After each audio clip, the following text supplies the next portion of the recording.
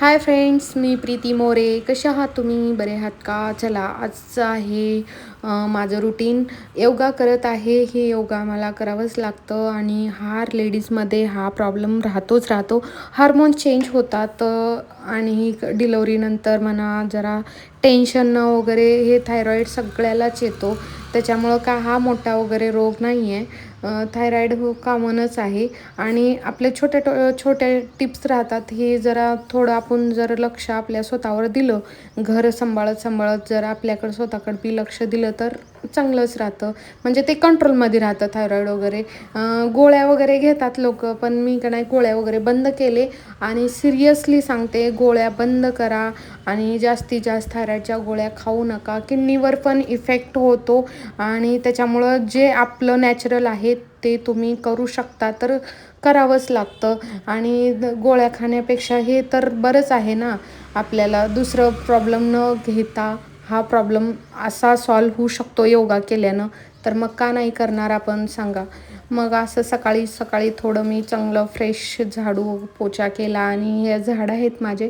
ह्या झाडावर असं पाणी शिंपल्यानंतर वल्ल असं मस्त वाटतं आणि जे वास येतो ना ह्याच्यामध्ये, पाऊस पडल्यावर कसं वास येतो बघा झाडावरती, पाण्यावर, मातीमध्ये पाणी पडलं ना पावसाचं तर कसं वास येतो. त्याच्यामुळं ना मला छान वास घ्यायला आवडतं. मी जास्तीत जास्त ना माझ्या झाडापाशीच थांबत राहते वास घेत. असं मस्त वाटतं बरं का, चांगलं फिलिंग वाटते. आणि ही लिंबू आहे आणि लिंबू पाण्यामध्ये घालून मी ग्लासमध्ये काचेच्या लिंबू ठेवतच राहते. असं म्हणतात की नजर वगैरे लागत नाही, पण असो, चला ठेवूया. चांगलं नकारात्मक शक्ती जावं, आपलं चांगलं विचार येतं डोसक्यामध्ये, जे आहे ते करायचं. आणि इकडं कपडे वगैरे टाकलेले आहेत धुवायला. संडे आहे, सगळेजण झोपलेले आहेत, पण माझं थोडं का नाही संडेला का नाही स्कूल वगैरे सुट्टी राहते मुलावाला आणि त्याच्यामुळं कसं मला बी टाईम मिळतो. त्याच्यामुळं मी का नाही सकाळीच लवकर बाथरूम वगैरे घासली आहे मी. आणि झोपलेले होते आणि माझ्याकडून गोष्ट घडलेली आहे. मी कपडे धुवत असताना ह्यांच्या पॅन्टीमधून पैसे वल्ले झालेत. मी बघितलं नाही, माझं लक्ष नव्हतं. हे बघा,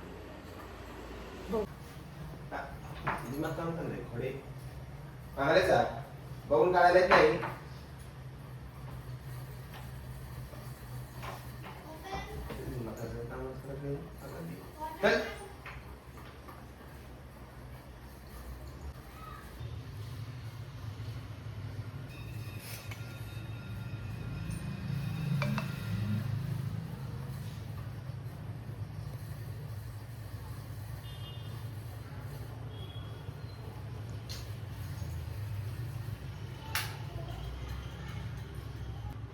एक वाजलेला आहे बघा. नूडल्स केले बघा. हिने इथं बसून खावलेली, तिनं तिथं बसून खावलेली. सासऱ्याला भाकर आणि शेपाची, त्यांचा पत्ता नाही आहे यायचा जेवाचा. कधी येतील तेव्हा येतील. पुराणा जमाना गेलाय, नवरा खाल्ल्यावरच बायको खायचं असं काय नाही आहे.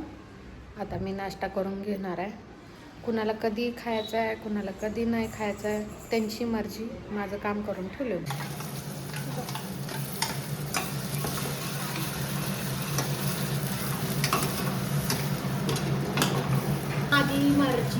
माझी मर्जी मला कशात करायचं त्याच्यातच करतो मी. तुम्ही मला शिकवू नका की कशात करा कशात नाही. भाजी तुम्ही करा. मग आजचा दिवसच खूप खराब होता, कारण त्यांचे पैसे भिजलेले होते आणि थोडंसं तुम्ही ऊल आलं होतं, चिडचिड होत होतं. कारण असं बोलू शकतं कोणी पण, असं पैसे वगैरे भिजलेत ना त्याच्यामुळं. आणि बघा माझाच रुबाब होता त्याच्यावर, मीच पैसे भिजवले आणि त्यांनाच मी चिडचिड करत होते. असो, सगळ्या बायका अशाच राहतात. चला, तुम्हाला तर बोलायचं फोनावर फोनच राहते तुमच्या. कोण आहे मामा? फिरून बघितला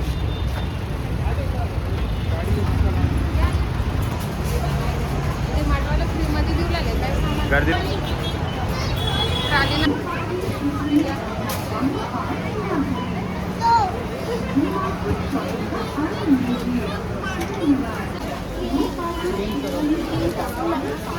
watermelon.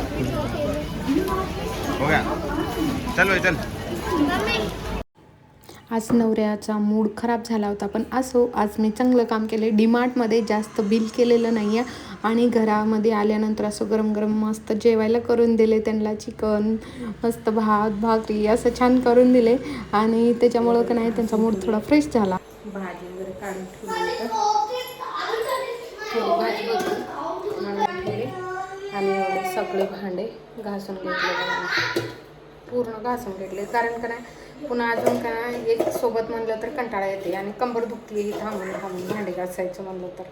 त्याच्यामुळे आता सगळे भांडे वगैरे साफ करून घेतले आणि वगैरे साफ करून घेतले, भांडे झाले. आता भाजी घेऊन येते जाऊच्या. माझा नवरा कधी चिडतो की आणि कधी चांगलं राहतो की कळतच नाही. माझे व्हिडिओ फक्त ह्याच कपड्यावर का म्हणून. आमच्या जावच्या बहिणींना भजी करून आणले आणि जेवढे ढाळे आणले. मस्त असं जेवायचं चालू आहे. परीला वाढून ठेवले, परी जेवतच नाही, नुसतं टी व्हीकडे आहे. सगळं झाले आणि आता झोपायचं आहे. लोशन वगैरे झाले आणि असंच ब्लॉग बघत राहावा, असंच सपोर्ट करत राहावा मला आणि थँक्यू सो मच. हो का, तोंडावर आणखीन पिंपल्स वाढलेले आहेत माझ्या. काय करावं की कळतच नाही आहे. आयफोन घेतले तर जास्त दाखवू लागले त्यानं, तर माझं रियालिटी पुरा. भेटूया नेक्स्ट व्हिडिओमध्ये. थँक्यू सगळ्याला. बाय.